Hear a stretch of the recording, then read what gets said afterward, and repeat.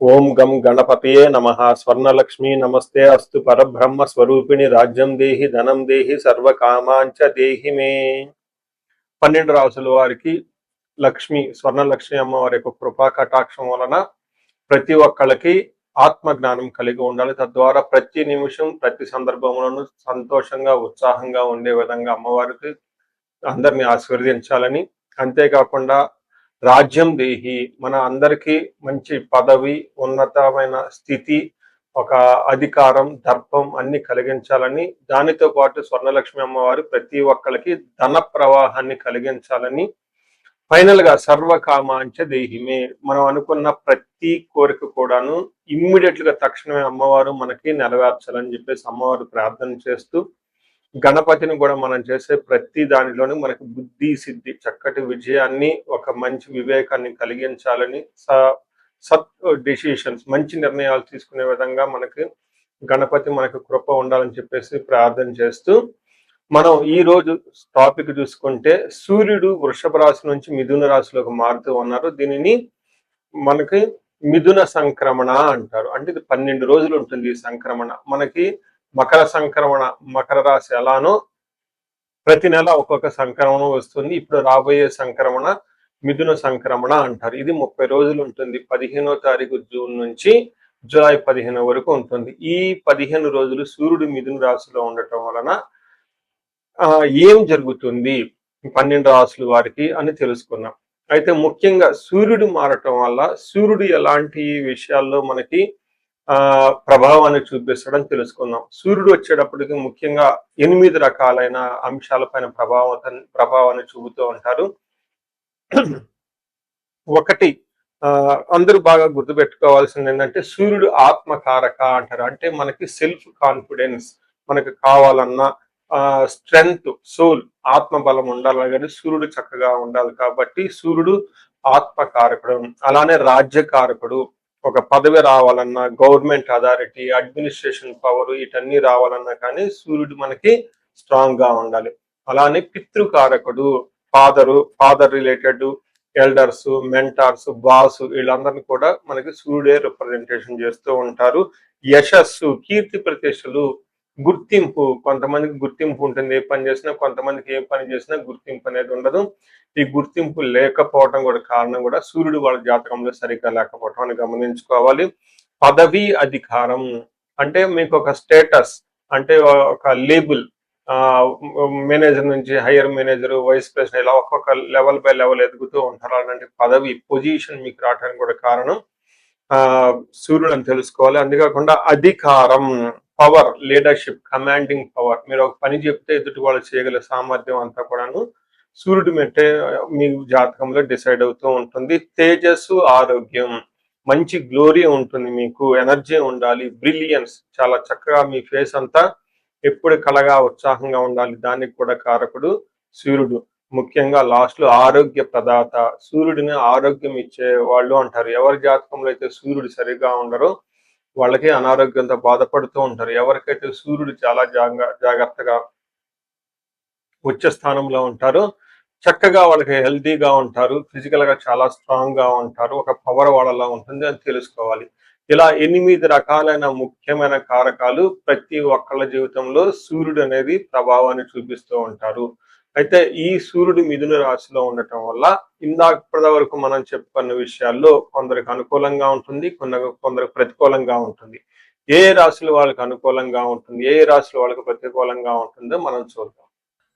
మీనరాశి గమనించుకుంటే ఒక చాలా హ్యాపీ న్యూస్ అని మనం చెప్పుకోవాలి. ఈ సూర్య సంక్రమణ చూసుకుంటే మిథున రాశిలోకి వెళ్ళటం తోటి మీకు 4వ స్థానంలో సూర్యుడు ఉండటం జరుగుతూ ఉంటుంది. ఈ 4వ స్థానంలో సూర్యుడు ఉండటం వల్ల మిక్స్డ్ రిజల్ట్ అని గమనించుకోవాలి. అంటే ఒక యాంగిల్లో కొంచెం ఇబ్బందులు ఉన్నా కానీ మిగతా విషయాలు చాలా బాగుంటుంది.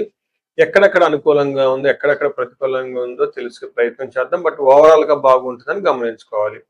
ఇందులో మనకి సంస్కృతంలో మహర్షులు ఏం చెప్తారంటే అంతఃక్లేశ గృహఛిద్రం సౌఖ్యం హాని మభోజనం ప్రయాణే విఘ్నమాప్నోతి చతుర్దశే రవి సంయుతే అని చెప్తారు. అంటే 4వ స్థానంలో ఉండటం వల్ల అంతఃక్లేశ అంటే మానసికంగా కొంచెం ఆ విచారకరంగా ఉండే అవకాశం ఎక్కువగా ఉంటుంది. రెండోది గృహ ఛిద్రం, ఇంటికి సంబంధించిన వ్యవహారంలో సరైన సుఖం లేకుండా ఇబ్బంది పడిపోతూ ఉంటారు. తల్లికి అనారోగ్యంగా ఉండటం, ఇంటికి సంబంధించిన వ్యవహారాలలో ఏసీ కానివ్వండి, కార్లు కానివ్వండి, బంగ్లాలు కానివ్వండి, లగ్జరీగా కంఫర్టబుల్గా ఉండే విషయాల్లో మీకు అనుకోకుండా ఇబ్బందులు వచ్చే అవకాశం ఎక్కువ ఉంటుందని గమనించాలి. వీటితోనే కాకుండా సౌఖ్యం హాని మభోజనం, టయానికి భోజనం చేయకుండా ఇబ్బంది పడుతూ ఉంటారని గమనించుకోవాలి. అయితే ప్రయాణాలు చేస్తే ప్రయాణాల్లో ఆటంకాలు ఉంటాయి. సరైన రిజల్ట్ అయితే ఉండదు. ఏ ఉద్దేశంతో అయితే మీరు ప్రయాణాలు చేస్తూ ఉంటారో ఆ యొక్క ప్రయాణాలు ఆ ఉద్దేశం నెరవేరకపోదు. రెండోది ఆటంకాలు కలిగే అవకాశం ఎక్కువగా ఉంటుంది. నెక్స్ట్ ఇంటికి సంబంధించిన వ్యవహారాలలో కూడా చాలా జాగ్రత్తగా ఉండటం ఎంతైనా అవసరం. కార్లు నడిపేటప్పుడు, డ్రైవింగ్ చేసేటప్పుడు, దూర ప్రయాణాలు చేసేటప్పుడు జాగ్రత్తగా ఉండాలి.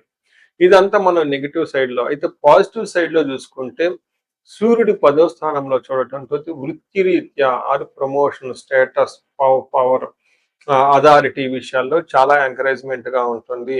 వీటిల్లో గుడ్ అచీవ్మెంట్స్, అనుకున్న పనులన్నింటిలో కూడా చక్కగా సాధించుకుంటారని చెప్పుకోవచ్చు. డిజైర్ ప్రమోషన్, జాబులో అనుకున్న విధంగా ప్రమోషన్స్ వచ్చే అవకాశం ఎక్కువగా ఉంటుంది. అనుకున్న పొజిషన్ అయితే ఖచ్చితంగా ఉంటుంది.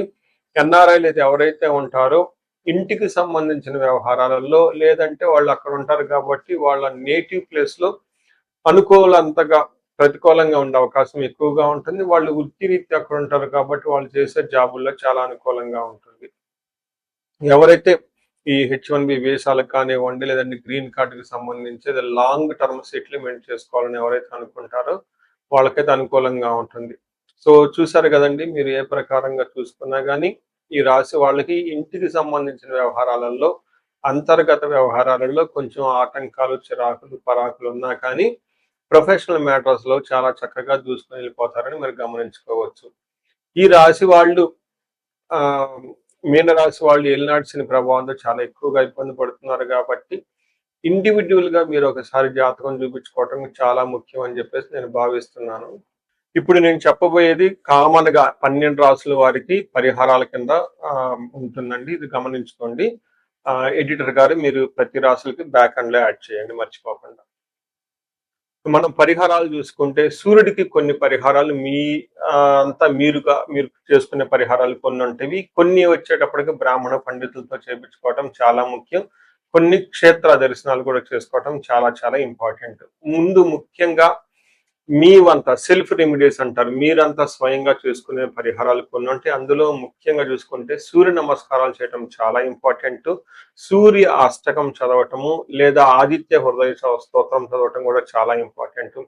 ఎప్పుడైతే ఆదిత్య హృదయ స్తోత్రము, హనుమాన్ కార్యసిద్ధి మంత్ర రెండు కలిపి చదువుకలిపితే ఇంకా చాలా మంచి రిజల్ట్ ఉంటుంది.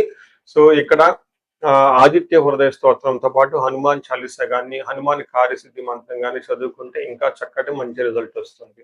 సో ఇవన్నీ మీరు చేసుకునే మీ వరకు మీరు చేసుకోవచ్చు. ఇంకా టెంపుల్స్కి వెళ్ళేసి అక్కడ నవగ్రహాల చుట్టూ తిరిగి గోధుమలు గనక దానం చేయగలిగితే, సద్బ్రాహ్మణులకి, సత్పురుషులకి చేయగలిగితే ఇంకా మీకు చక్కటి మంచి రిజల్ట్ వస్తుందని గమనించుకోవాలి.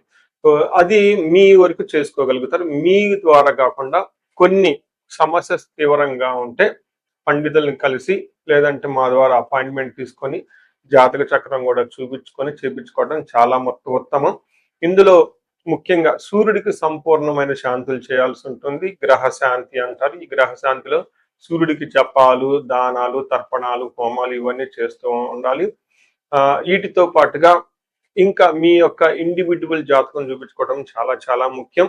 ఎవరికైతే మీ యొక్క ఇండివిడ్యువల్ లైఫ్ లో మీకు ఏజ్ 35 to 45 మధ్యలో ఉండి 40 years ప్లస్ ఆర్ మైనస్ లో ఉన్న వాళ్ళకి ఎక్కడైనా మీకు లైఫ్ స్టాగ్నేటెడ్ కనిపించింది, అప్పటిదాకా సక్సెస్ఫుల్ ట్రాక్ రికార్డు ఉండి ఇక్కడ ఎందుకో ఆగిపోయారు, గ్రోత్ లేదని మీకు అనిపిస్తే ఒక్కసారి కాల్ చేసి అపాయింట్మెంట్ తీసుకోండి. మీ జాతకం చెక్ చేసుకోండి. నేను 35 to 45 age group research group గా చేస్తూ ఉన్నాను. చాలా మంది పీపుల్ మిడ్ లైఫ్ క్రైసిస్ అని చెప్పేసి ఇక్కడ ఆగిపోతూ ఉంటారు. చాలా మందికి డైవర్స్ అవుతూ ఉంటుంది. సడన్ గా కెరీర్ లో బ్రేక్ వస్తూ ఉంటుంది. సో ఈ మిడ్ లైఫ్ క్రైసిస్ ని మన ఆస్ట్రాలజీ, వేదిక్ ఆస్ట్రాలజీ ఎలా డీల్ చేస్తుంది, దాంట్లో ఏమేమి ఉంటాయి అని చెప్పి తెలుసుకోవచ్చు. ముఖ్యంగా జ్యోతిష శాస్త్రం ప్రకారం గ్రహ శాంతులు అని ఉంటాయి, గ్రహ దోషాలు అని ఉంటుంది. మీ యొక్క అంతర్దశలు దశలు తెలుసుకొని వీటిల్లో ఏదైనా ఒక గ్రహం దోషం ఉండటం అయితే మీరు స్టాగ్నెంటెడ్ అయిపోతారు. దాన్ని ఎలా బయటకు రావాలని పరిహారాలు తెలుసుకోవాలి. వీటితో పాటుగా మీకు ఏమైనా శాపాలుంటే పితృశాపం, కాలసర్ప దోషము, ఇలా మాతృశాపం, స్త్రీ శాపం, ఇంకా ఏమైనా యాక్టివ్గా శాపాలు ఉన్నాయా? ఈ శాపాలు ఉండటం వల్ల కూడాను మీరు లైఫ్లో గ్రోత్ లేకుండా ఆగిపోయే అవకాశం ఉంటుంది. సో ఎవరికైనా సరే ఎలాంటి ప్రాబ్లం ఉన్నా ధనానికి ఇబ్బంది పడిపోతూ ఉంటే స్వర్ణలక్ష్మి విశేష హోమం చేయించుకోండి. మీకు వీసా స్టాంపింగ్, H1B, లైక్ ఎక్కడన్నా ఏమంటారు, ఉద్యోగంలో ఎక్కడన్నా బ్రేకులు వచ్చి ఆగిపోతూ ఉన్నా, లేదంటే ఫైనల్ రౌండ్ దాకా వచ్చి మధ్యలో ఎక్కడన్నా ఆగిపోయినా కానీ మీకు ఇలాంటి వాళ్ళకు కూడాను మన్యు పాశుపత అభిషేకము, రుద్రాభిషేకం చేయించుకోవడం చాలా చాలా ఇంపార్టెంట్. భార్యాభర్తల మధ్య గొడవలకు అన్యోన్య దాంపత్య పాశుపతం చేయించుకోవటం. ఎవరికైనా సర్పాలు, కాలసర్ప దోషాలు, మహాకాల సర్ప దోషాలు అంటే కాలసర్ప దోష నివారణ పూజలు, పితృదోష నివారణ పూజలు మీ యొక్క జాతకం చూసుకొని ఇవన్నీ చేసుకోవటం వల్ల జీవితంలో 10 రెట్లు ఖచ్చితంగా వెళ్ళే అవకాశం ఎక్కువగా ఉంటుందని గమనించుకోవాలి. మీ అందరికి అష్టైశ్వర్యాలు కలగాలని, భోగభాగ్యాలు కలగాలని చెప్పేసి కోరుకుంటున్నాను. నమస్తే.